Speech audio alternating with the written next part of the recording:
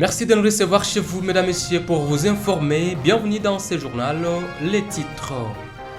Après l'opération des filles au quartier Katoï dans la ville de Goma, en commune de Karisimbi, des effets militaires dont 10 armes ont été retrouvés. Les tout, c'est dans cette édition du journal. Et puis Jules Alinguete, mise en la retraite, Christophe Bitassemois est le nouveau directeur ou patron de l'IGF, entendez, Inspection Générale des Finances. Vous suivrez les détails dans cette édition du journal.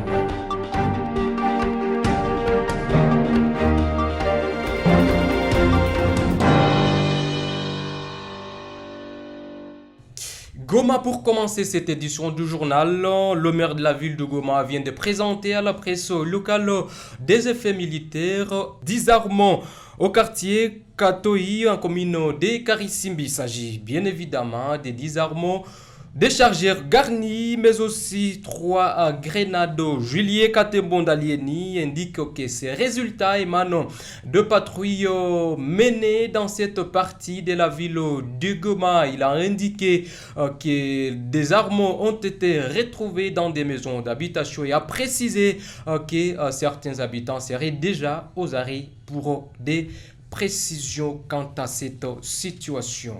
Nous sommes en train de dire à notre population de Goma, ils doivent comprendre une chose, le problème des armes dans la population. Voilà, messieurs les journalistes, on a récupéré 10 armes, 32 chargeurs et 3 explosifs, grenades. Ces armes ne peuvent jamais, en aucun cas, se retrouver dans la population. Nous sommes en train de lancer l'appel à notre population que ils doivent nous remettre les armes. Les armes doivent se retrouver entre les mains de l'ARC, qui est l'armée révolutionnaire congolaise, l'armée de l'AFC M23. C'est-à-dire quoi? La cause de cette insécurité dans la ville de Goma, quelqu'un peut faire semblant de ne pas connaître ou bien de ne pas constater ça. Mais Félix, le gouvernement de Kinshasa, au lieu de sécuriser la ville de Goma, ils ont donné les armes à la population. La population, les civils, armes à la main, un civil, sa formation, un civil, un amateur qui ne maîtrise pas l'arme, vous donnez l'arme, au lieu que cette arme sécurise la population, l'arme va insécuriser la population. Et c'est ça ce que nous sommes en train de vivre, cause de l'insécurité. Et pendant ce temps, dans la nuit du mercredi à ce jeudi, la ville de Goma n'a pas été stable. Des bandits armés ont visité plusieurs maisons, notamment au quartier Ndosho, dans la commune de Karisimbi, où des bandits ont emporté vers 1h du matin sur avenue Léo Songo plusieurs biens de valeur avant que les patrouilleurs de la FCM 23 maîtrise un bandit et son arme qui voulait s'accaparer des biens des paisibles citoyens sur avenue Roi-Sama au quartier Lac-Vert. Par contre, un jeune homme connu sous le nom de Amani a été abattu par balle avant que notre ne soit grièvement blessé par coup de machette. Nous sommes sur avenue Katoa. Et puis le gouverneur de province a présidé une réunion de sécurité et d'évaluation de toutes les entités libérées par la FCM 23. Il s'agit bien de la ville de Goma, du territoire de Massissi, du territoire de Nyiragongo, du territoire de Lubero. Le gouverneur de province a indiqué que cette rencontre s'est inscrite dans le cadre de se rassurer de la situation dans toutes ces parties récemment libérées par la FCM 23. Bati Moussanga et Rasto a indiqué que tout va bien dans ces entités malgré que des efforts nécessitent d'être fournis pour ainsi aider la population à respirer. Bati Moussanga est dans ses propos. Atazungumuza, kila mtu ataleta mafikiri yake, kila mtu atasema juu ya entite, wenye watasema juu ya maentite ni maire de la ville na baburgumestre wanapaswa sema na baadministrateur du territoire. Kila mtu atasema entite yake ginsi iko, shida zenye ziko, probleme securitaire ginsi ziko, na tujifunzie pamoja ginsi zile shida, sie wote pamoja ginsi zile shida tunaweza zitatua.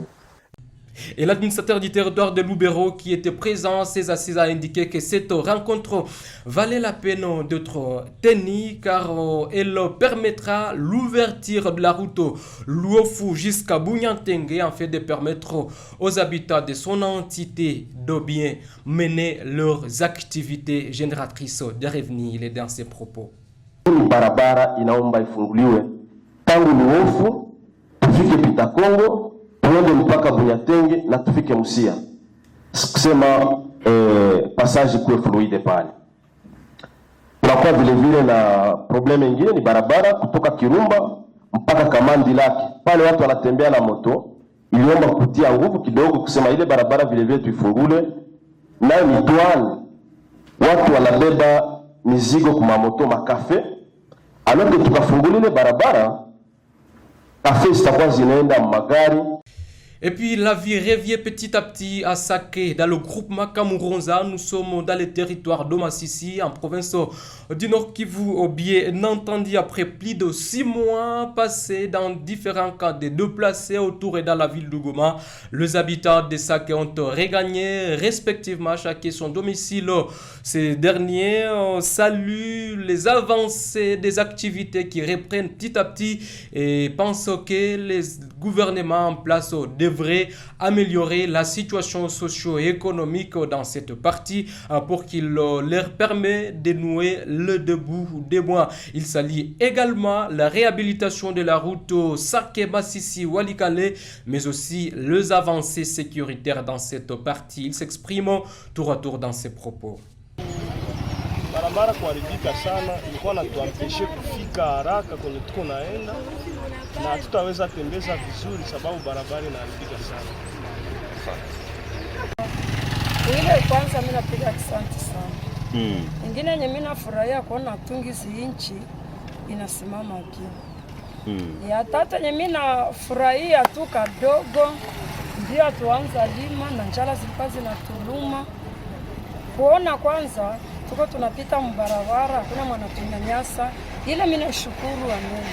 Barabara ngizi ilikuwa ilisha kwa mopori mzima, maneno tunaanza pita mkanjia ka kidogo. Sasa na njoo maana tunaifurahia kuona tuko tumekuwa hivi tunasema asante. Tunashukuru kwa mkoa kwa mwanafanya. Barabara ishakuwa mzuri sana. Hii barabara mlikuwa matope ya mingi meko. Et pour soulager la douleur de ses habitants, le gouverneur Nord Kivu, Musanga Erasto, a rassuré à toute cette population que 3 mois vont passer sans qu'ils ne payent des taxes. Ceci, c'est pour leur permettre de s'organiser, mais aussi de nouer le début du mois. Bati Musanga Erasto est dans ses propos. Ya Sake wameteseka, walifanya kama miezi 5 kama miezi 6 wako kwa vita. Wakaaji ya Sake walikuwa walikimbilia Mugunga, leo hii ndio wako narudia. Watoto ya Goma wanakuya uza nyama, siritu niliona nafasi kwenye wanachuruza nyama ya nguruwe. Watu wote wanatosha Sake. Leo hii watoto ya Sake tuwapatie miezi 3 nao wajijenge, kwani walikuwa kwa shida siku za kutosha. Et pour finir cette édition du journal, Monsieur Christophe Bitassemois a été nommé inspecteur des finances, chef des services à l'inspection générale des finances, IGF et SSLO.